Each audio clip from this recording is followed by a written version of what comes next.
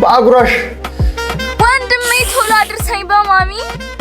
ምንድነው የሚያስቸኩልሽ? የወላጆች ቀን አይደል እንደምታከብሪው? ለወላጆች ንግግር እንዳረግ ተጋብዣለሁ።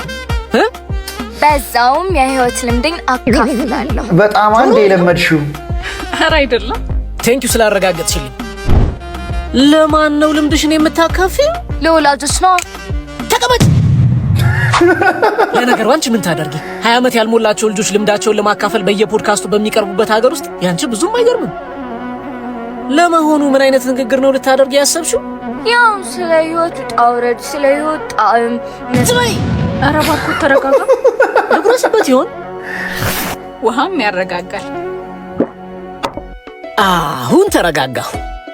ይኸውልሽ የኔ ቆንጆ፣ አንቺ ስለ ምግብ ጣዕም እንጂ ስለ ህይወት ጣዕም ለመናገር ገና ነሽ። ስለዚህ ንግግርሽ ስለምታውቂው ነገር ብቻ ይሁን። አሁን እኮ ችግሩ ምን እንደሆነ ታውቃለህ? አፍ ሳይሆን የሚናገረው የጭንቅላት ሳይሆን ገንዘቡ ነው የሚናገረው። የሆነ ሰው አሪፍ ላይፍ ስታይል ካለው በቃ እሱ አዋቂ ምሁር ነው። ገባህ?